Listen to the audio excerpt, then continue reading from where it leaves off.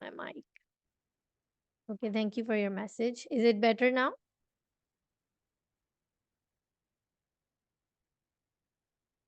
Okay, awesome. Thank you for telling me because this way I everyone can hear me.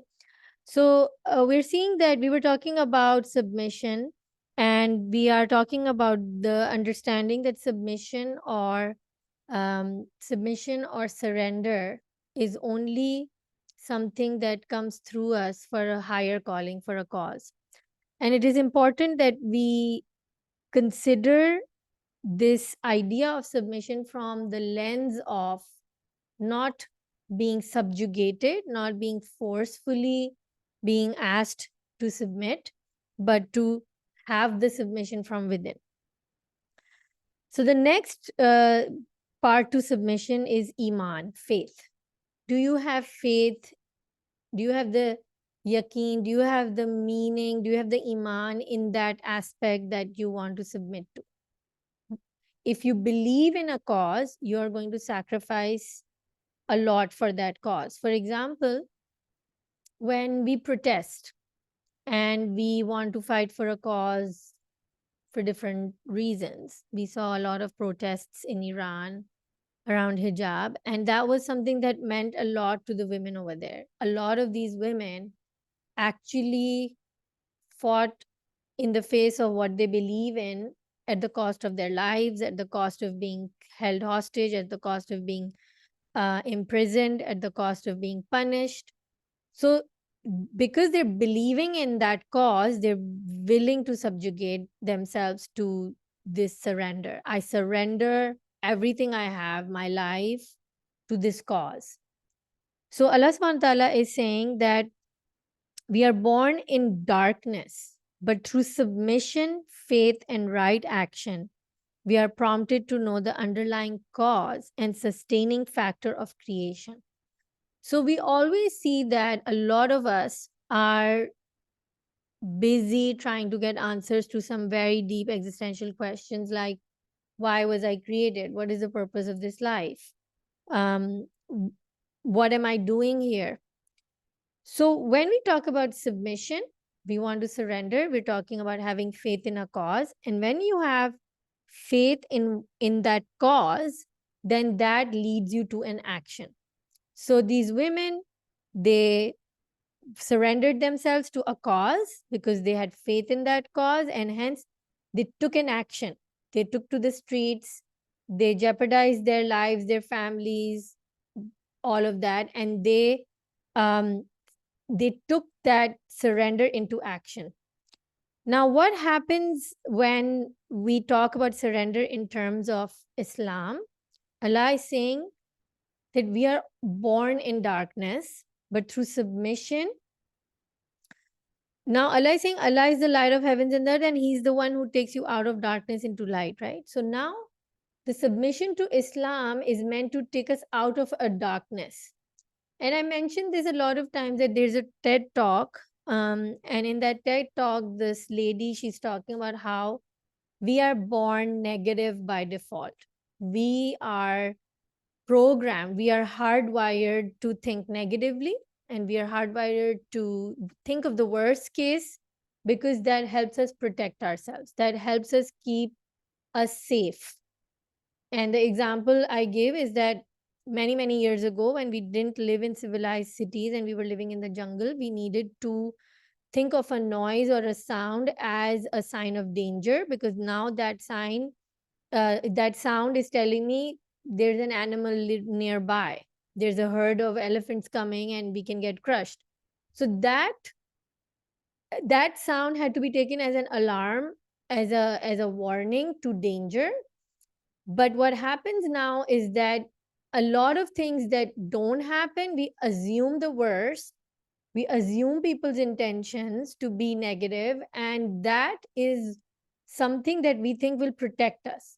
Why? For example, if someone says to us in public, hey, you're wearing a new color, that's a new color, I've never seen you wear this color, and they're so intrigued or curious about the color you are wearing, or maybe in their mind they're thinking, maybe I should make this color for the coming up wedding or whatever, and they forget to compliment you, and in your head you're thinking, hey, I think she said that because that color doesn't suit me.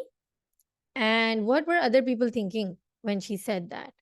And you're thinking, yeah, I think her intention was to put me down. Her intention was to embarrass me in front of everyone because that color wasn't looking nice on me. And even if it wasn't looking nice on me, she should have told me in private. She shouldn't have announced it in front of everyone. What an embarrassing situation. But the thing is that maybe there's a very good chance that that person actually said it out of a completely innocently good intention. But because now we are going on their page and we are going on their minds, because we are not allowed to assume anybody's intention, right? Allah subhanahu wa ta'ala is saying that only I know anyone's intention. If I don't know their intention, then can I assume that they were thinking the worst? Now, the protection and the thinking the worst, the most negative, is happening because I'm trying to protect my reputation. Because now my danger is not a physical danger, now my danger is a psychological danger. So many years ago, many years ago, when I was talking to a therapist, she said that the last century was the industrial revolution, the one before. many years ago, we had the industrial revolution, then we had the technological revolution, and we got the smartphones and everything. And the therapist was saying that the next generation, the next era is going to be the psychological the revolution. There's going to be a psychological revolution. And in Pakistan only alone, we can see every other person is pursuing coaching, therapy. Every other person you meet, someone or the other they know is working in the field of psychotherapy or psychology or life coaching. Why? Because there's a revolution. Why? Because people are realizing there was a time when I needed money, we industrialized, then industries were slow, we needed technology, we got really fast. But hey, look at us, we're still miserable. Many more of us are committing suicide. We are in depression, we are in anxiety. But there's also an aspect to that there were a lot of people earlier who didn't know that they had anxiety, who didn't know that, hey, this is a symptom of panic.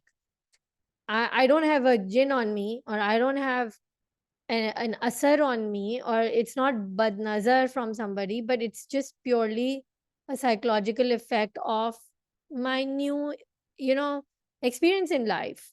So, because there is more and more awareness, there's a psychological revolution which is helping more and more of us to become more self aware, more available to ourselves. How do we become more available to ourselves?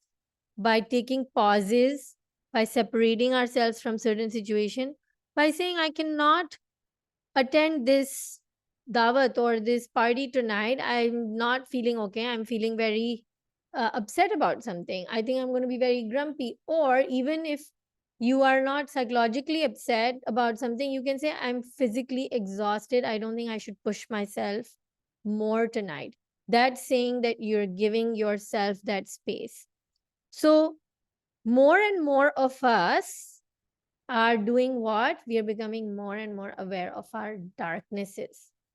What we call our darkness is, in layman terms, our flaws.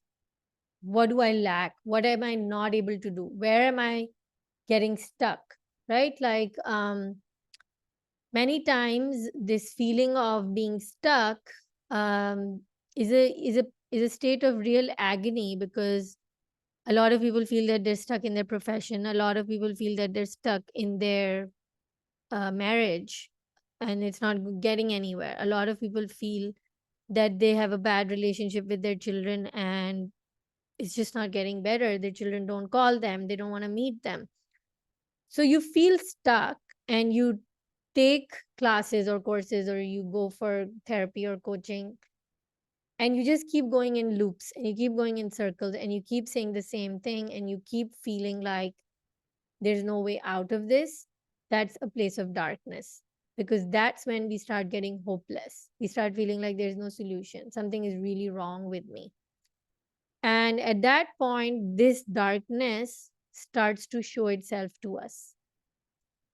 And it's a very scary experience for people to experience their own judgments. The things they judge in other people, when they start noticing it in themselves, sometimes we just want to avoid it. But a lot of times we become aware of the very same things which we judge in other people. And when we find it in ourselves, for a long time, we ignore it, we ignore it, we ignore it. But when we finally accept it, or when finally life puts us in a place where we have to finally accept it, then we feel very shocked. We feel very disappointed in ourselves. We start having feelings of low self worth. We start feeling that I'm not good enough. And there's good news when people go through that experience, because when we don't know our darkness, we can't do anything about it. We can't grow through it, and we can't go through it. We can't understand why that darkness came into my life. What did it come to teach me? And it's only when we open our eyes that we realize something was wrong. I was with a child, and this child was going through a very difficult relationship with her mother. She was a single mother, and the child was in her tweens. So the child didn't want to stay with the mother, and the child always kept coming back to the grandmother to stay with the grandmother, saying nothing, not saying that the child was pinpointing what the issue was, but it's that moment when the child decided to take the step and just started throwing a ruckus and saying, I don't want to stay with my mother, that mother was finally cornered into examining herself and saying, what is it that I'm doing which is taking my child away from me? There's something in me. And mind you, this is a mother who reads books, who's into self help, who is very educated, working woman, doing courses. That's how I know her. And yet, she comes to a point where her child doesn't want to be with her. And with our work together, the mother had to come to a very humble place, she had to be very humble around accepting that she did not allow this child to communicate with her. How? The mother would say, let's go out, I'll take you out, we'll go on a date, we'll have dinner. But when the child would start saying anything that was slightly offensive to the mother would get very loud and very aggressive and very offended by whatever the child would say. And that habit, recurring again and again and again, gave this message to the child that no matter how much I try, I will never be able to communicate my true self with my mother. So the child went into this numb phase where she would act completely obedient, listening to her mom, being very nice, being very like die, like we say, right? She'll become like listening, being very respectful, being very good on good behavior, good at studies. But slowly, slowly, the mental health of this child was deteriorating until she started having panic attacks, anxiety, sense of fear in her own home, feeling scared. A lot of these symptoms started coming up, and some people in the beginning, when they started happening, just dismissed it by saying that she's being an attention seeker, that she's just seeking attention. And children do that, and teenagers have a habit of behaving like this. But there was a complete breakdown of real communication, authentic communication with of that child with the mother. The beautiful thing was a session in which the mother and the daughter came together, and I was mediating, and I was guiding the mother how to communicate with her child, which led to the child opening up and screaming and shouting and saying things which had made her really upset over the years.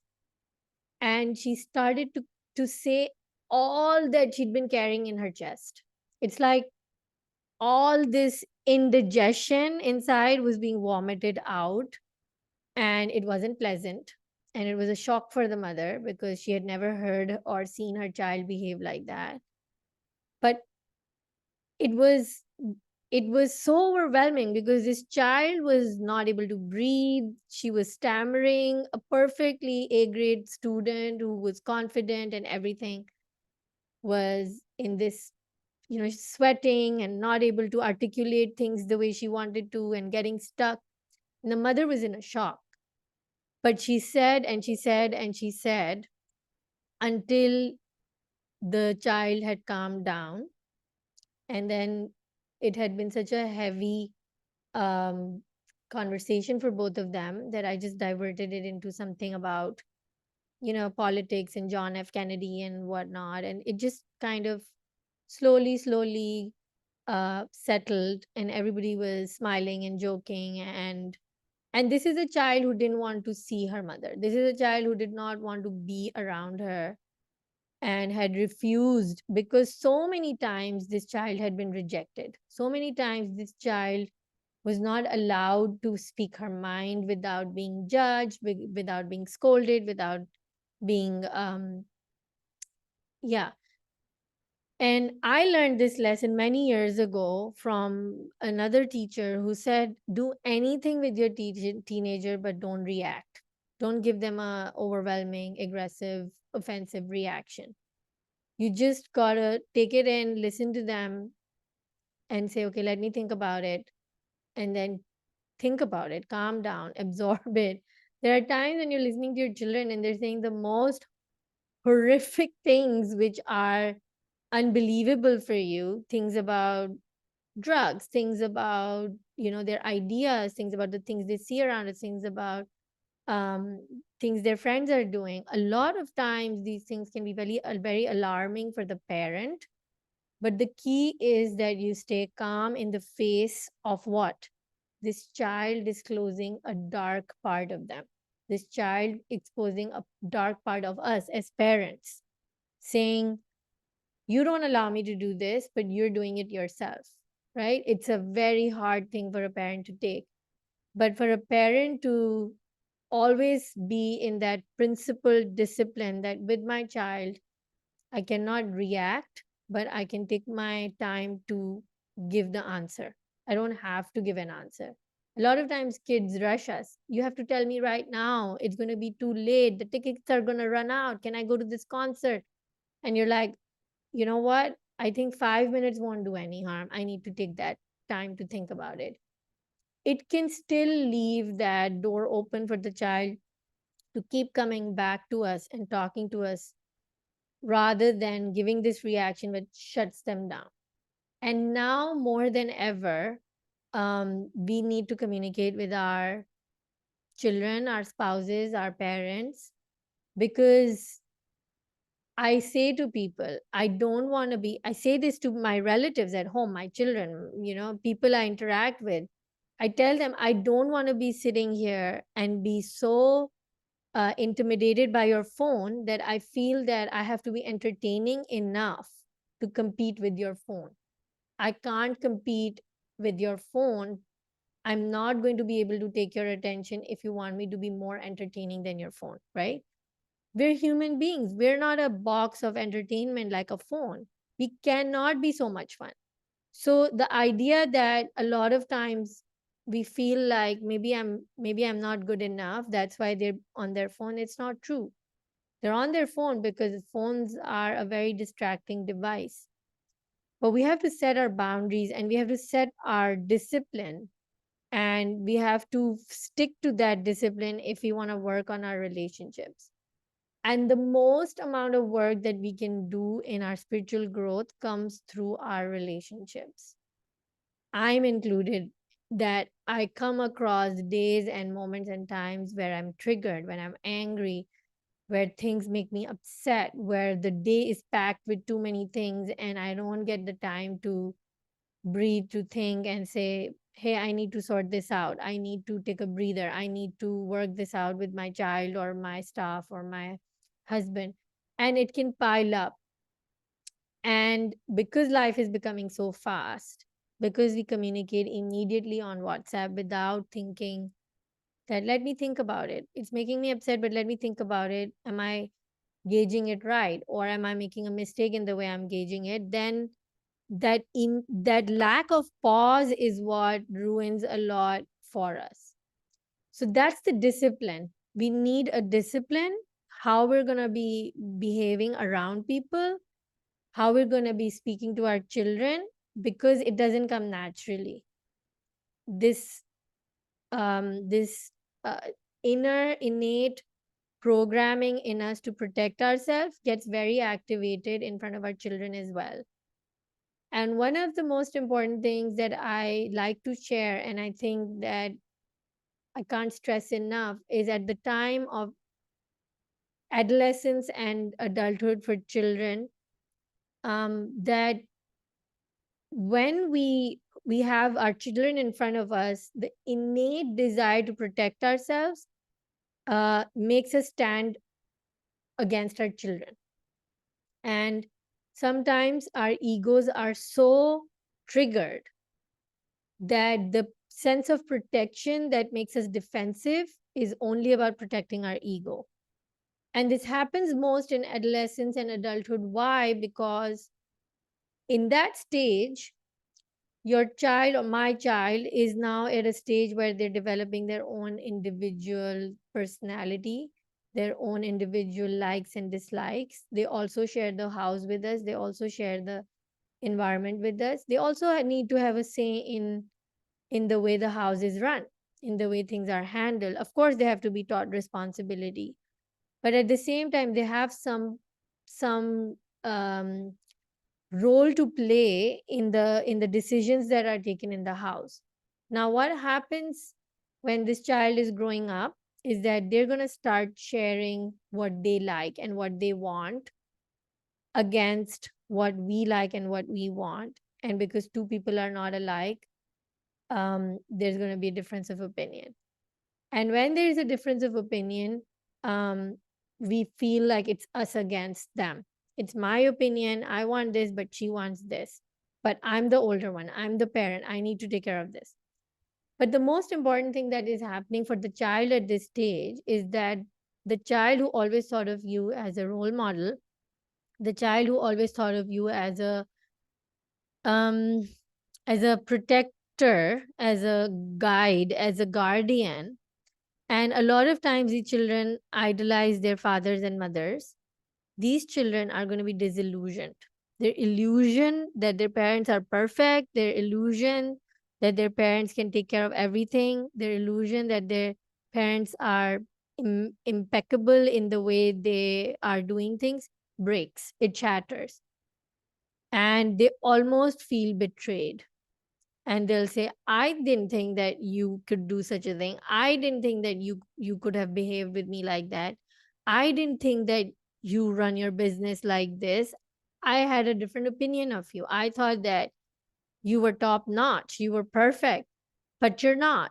And that thought in their mind is extremely disappointing, that they thought their parents were amazingly perfect, but hey, they're just humans, they're just like everyone else. And the child is hurting because of that, and the parent is hurting because the child who respected the parent doesn't respect them the way they did anymore. You can see it in the eyes of your children, that awe, that excitement. When they're little, they're waiting for their dads to come home. They'll run, they'll say, I wanted to tell you about my day. And as they get older and older, um you're not their world anymore. They don't A lot of kids now don't even come out of their rooms. They'll have their headphones on their devices. They want to have their privacy, which needs to be given to them within a certain boundary. um but that all goes away, so the parent is also hurting and the child is also hurting, and they're both going through this new phase where the both their idols are breaking. Why? Because the parents, Quran is saying that you will be tested by your children, right?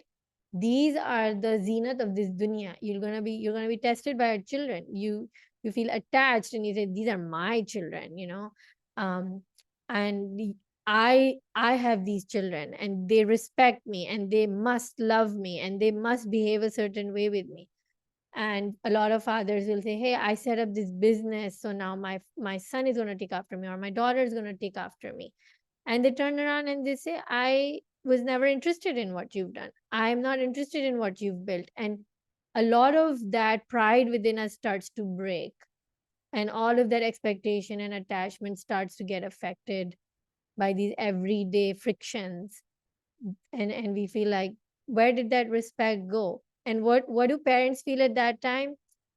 That this was the time when I have now been through the toughest time of my life to support you, to take care of you, to get you through your O levels, your A levels. Now was the time when I thought you should be grateful to me, because as a parent, I have given everything to you. A lot of mothers don't work. They're waiting for their kids to go to university. A lot of mothers dedicate their entire life around their children and fathers. And when this stage comes and the child is not able to respect, what do they say? Hey, you've become so ungrateful. This child is so ungrateful. This child has no gratitude for what I've done. But guess what? The child is grieving the breakdown of that idol that they were worshiping all their life, also. And in this moment, the parent has to remember that they're the adult. They have to, by conscious effort, have to take action which doesn't come autopilot. The autopilot reaction is protecting yourself, being defensive. But I did this for you. And the child would be like, you never did this for me, and you didn't do that for me. And you turn around, but I did so much. But guess what? You are now not at that level of expectation which that little child always put you at. As the child was growing, you were also becoming their bigger and bigger idol and role model. And now that's broken. And now you're not at that level to come up and meet according to their expectation. So now they're grieving that, the loss of that perfect parent. And the parent is also feeling betrayed, hurt, disrespected, and the child looks very ungrateful. But in this moment, if we don't react and we allow that space for conversation, we don't get offended, and we leave this doorway functioning where the child can keep coming in and articulating their feelings to you, um, then that relationship can be mended in the right direction. Then you have a way of saying um, what you want to say at some point when you're calmer, when you're better. And this is why it is so important to keep that door open for communication and not react, because that's where you'll be able to support your child through their dark moments, because teenage is also that time when children are exposed to drugs and sex and bad company and racing cars and driving and gambling, because they get their social security numbers and they're getting their identity sorted and they want to act cool. And if the parent is absent in that time, when the parent is not able to create a healthy way to keep that communication going, then it can get worse and worse. So, the simplest thing a parent has to do, which is also very hard, is to act like the adult in the conversation.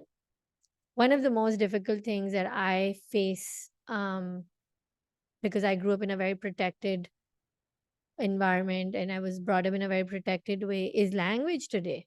The language today is so disturbing. The music today is so disturbing. Um, and it's very, very hard to balance that with our kids because their everyday language includes a lot of swear words. And the music they listen to has very explicit language. And as a parent or as a guardian, if you let them be free and be themselves so that they can share themselves with you, then who's going to who's going to give that acknowledgement that, look, this is, if just because if everybody's doing this, it doesn't make it right. That word still has an effect. But if you don't allow them and you say, hey, watch your tongue, you can't talk like that, well, then they're going to stop talking to you. And then we're like, fine, don't talk to me. I have all these people online and on WhatsApp and on Be Real. Be Real is this new app. Um, and they'll be on there and they you hear, I mean, in no time, they're not interested. But it's love in the time of darkness that can keep relationships going. And the first and the foremost relationship we want to keep going and keep it healthy is our own relationship with ourselves. And when we are able to love ourselves in our moments of darkness, that is when true spiritual growth happens. So when Allah is saying we are born in darkness, and Sheikh is explaining, when we're born in darkness, but through submission, faith, and right action. Submission here again is submitting to the new you that you need to build instead of what is comfortable. Being a parent who can scold and, be overly authoritarian is easier than finding that balance.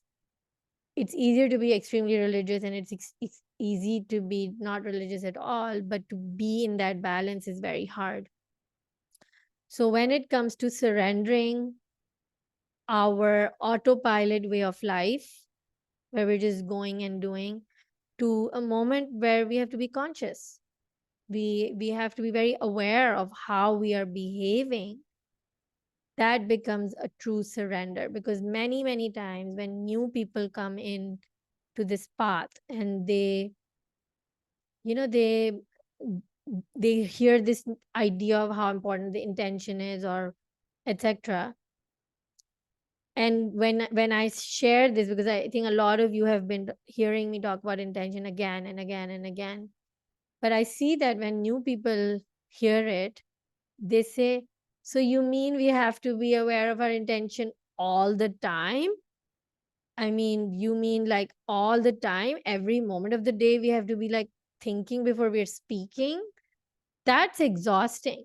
That's boring. That's how they respond. And that's the path. That's the riyazat of the Sair wa Suluk, the path of the wayfarer. All of it is this. But again and again, when we talk about the darkness, we have to understand. Um, we were reading names of Allah, and the name of Allah that came for us to read that day was Adar.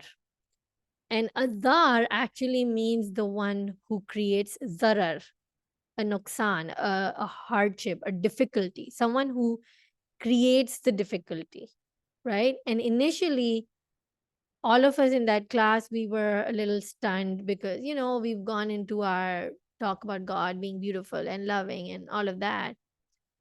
And then suddenly saying this, hearing this was difficult, until we realized that in that book by Rosina Fozia Al Rawi, The Divine Names, the description of Adar was so beautiful, and how seamlessly it connected itself to Anafe. Because the Dar, the one who creates darkness, also connects you to the one who to that light. The one who creates difficulty for you in life also shows you the benefit of that darkness, that difficulty, that challenge in our life. The journey to oneness cannot happen without acknowledging the dark. And one thing my teachers would say, when the time comes, you've got to walk through the fire.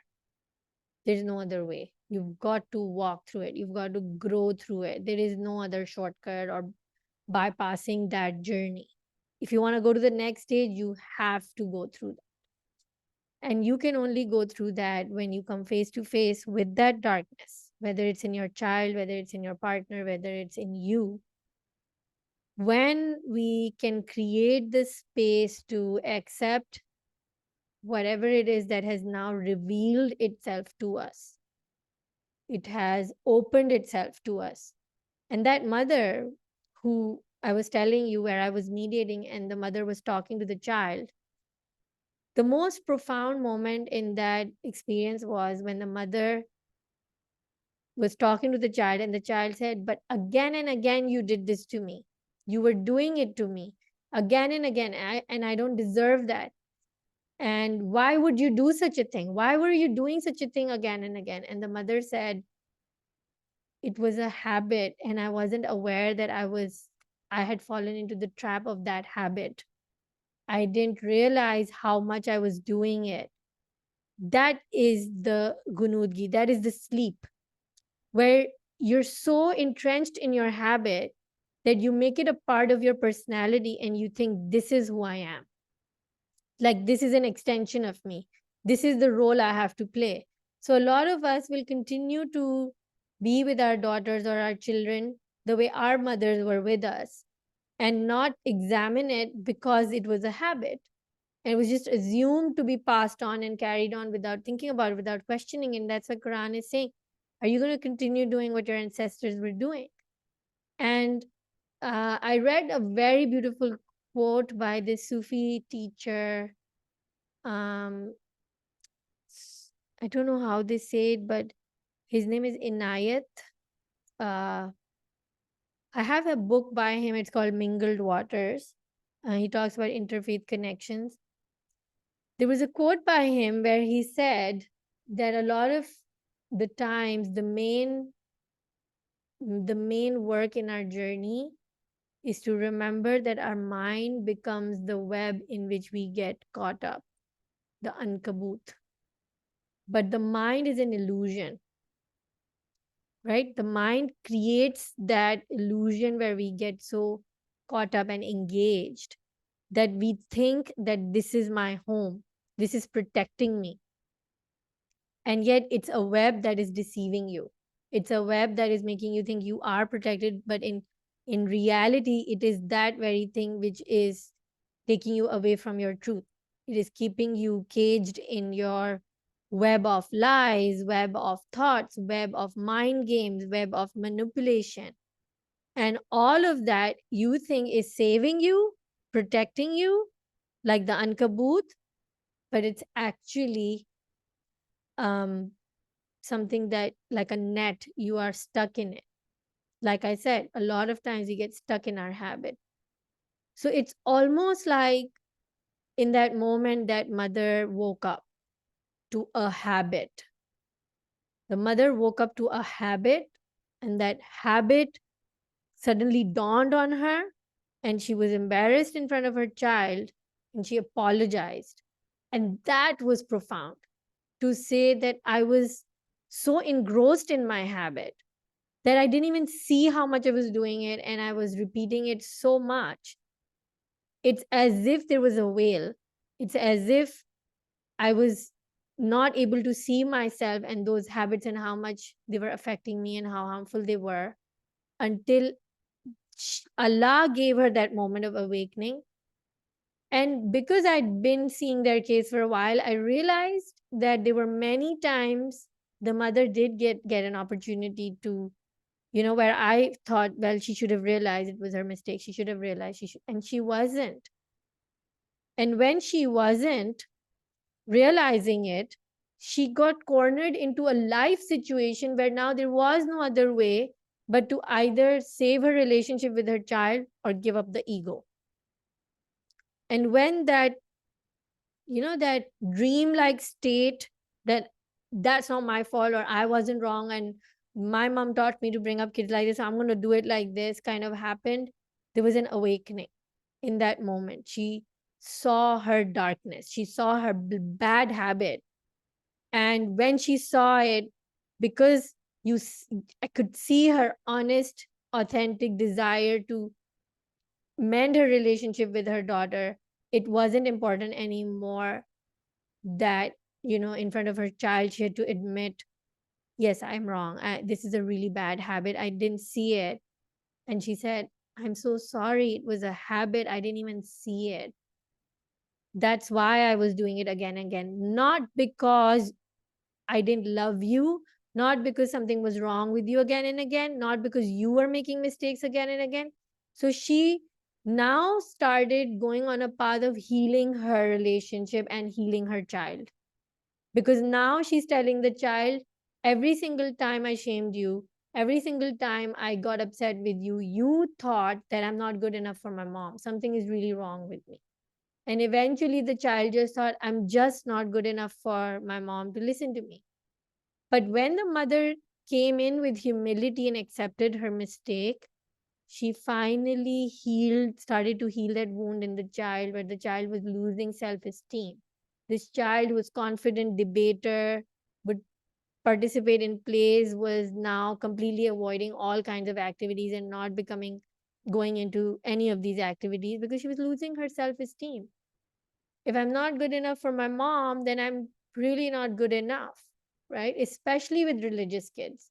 Especially religious kids with a godly upbringing can get very easily shamed because they feel this duty to God to respect their parents.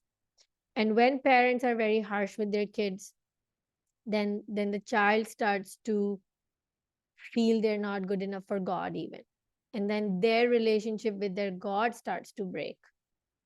And in that moment, that mother started to heal everything for that child. And I saw the spark in the eyes of that child come back. And initially in the conversation, when the mother was asking some very difficult questions, the child was, at that place where she became so honest. And she said, I was trying to seek your attention. I was trying to get your time. I was trying for you to see me, to hear me. I used to do everything you did, even though that was not things that I liked. But you kept rejecting me. You kept dismissing me. You didn't see me. You didn't value me. And and there were so many moments of amendment that that mother got out of that conversation. And she said, okay, thank you for telling me. I'm going to work on all of these things on myself because you're precious to me, because you are my world, and I'll do anything to mend this relationship. And the reason I feel so um, emotional about this, and the reason I feel so attached to this conversation, because our children are really suffering.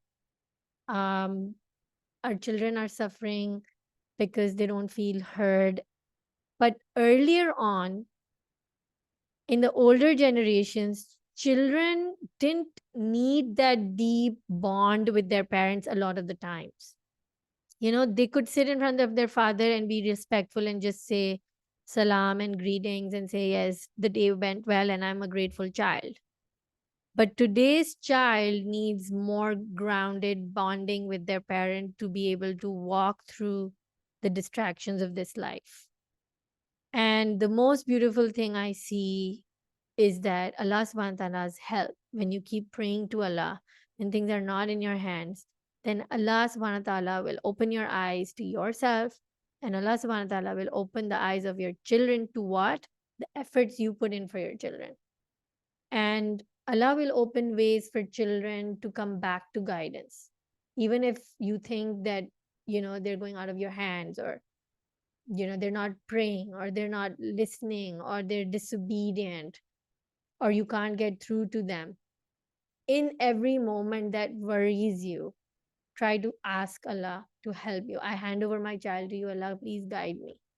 I hand over myself to you. Can you not leave me to myself? Can you open my eyes to myself and help me where I can improve this? Um, because there's so many cases of suicide we hear, right? We're seeing children desperate to connect with their parents, but they're just like, I don't think I can ever convince my father to listen to me about this. And in the end, as parents, we have to choose our battles. Yeah, yes, a father has a running business which is very lucrative, but a son who is going to go into a mental issue because of being forced into that business and not pursue his own career of photography or filmmaking or any of those things which are not considered as lucrative, what is going to be left for that parent if the child goes into a mental trauma? I met a boy in Morocco. I'm going to close my session here. I met a boy in Morocco, and he was from Germany, and he was living in Germany. And as you know, Germany is known for nice cars and nice machineries. And this boy said that my own city was haunting me. I did not like to be in a place which was so developed, and I did not want machines around me. I wanted to work with my hands. So as part of exploring and searching for what would give him inner peace, because he was struggling a lot with his mental health, he came to Morocco to learn the art of woodwork, embellishing tables with hand. And when he started to work with a master who was teaching him woodwork, that master was also a Sufi master. So, a lot of the Sufi masters, as part of their own spiritual training, will do things with their hands. They will not outsource their work, because doing work with your own hands takes your own labor, your sweat, and humbles you and keeps you in your humility. So a lot of these craftsmen are very, um, you know, spiritually mature masters. And this boy who was seeking, was restless with himself, found this Sufi master. And when I was visiting Morocco, at that time, he had just accepted Islam through the woodwork, through the woodwork master. And he said that I came here and I went when I held the tools in my hand and when I saw the wood and I started to work on it, I felt like I was finally home. And while I was there, he had to go into the mosque and he had to take the shahada. And like he had accepted Islam, but now this was a formal ceremony. So he went to the mosque, and in Morocco they don't let you enter the mosques unless you're actually a Muslim. So all this time while he wasn't a Muslim, he hadn't seen the inside of the mosque and he'd lived there for 2 years. And when I was there, he was allowed to finally enter the mosque. So he came to me and he was really excited. His name, he was given a new name, and we were all like struggling to call him by his new name because he wouldn't answer back because he wasn't used to his new name. And it was so beautiful to see that love that came to this boy and the closeness to handwork, woodwork, nature brought to him his life back in his soul. So I have talked about the importance of handwork and labor, and I guess it was reiterated today. But Quran, with its beauty, guides us into becoming better students, better teachers, better parents. So I hope that these words affect my own heart more than anybody else and bring us out of our darkness. So we pray to Allah in all of our humility and our powerlessness and helplessness to sort out our affairs for us because we are truly incapable of handling our own affairs. And we pray to Allah to take care of our children in this day and age and to help us navigate this world of devices and gadgets to which we are first addicted ourselves. And oh Allah, we ask you to bring that light in the hearts of our children and ourselves that can keep your light and your love and your hope alive in us, which is always the guiding light in all the darknesses that we ever experience. Ameen Ya Rabbal Alameen. Thank you so much for your audience. Thank you for being patient with my ramblings. I would really appreciate your feedback if there's anything that you'd like me to add, subtract, improve. And I wish you all a lovely weekend. Until next week, take care, everyone. Khuda Hafiz. Prophet.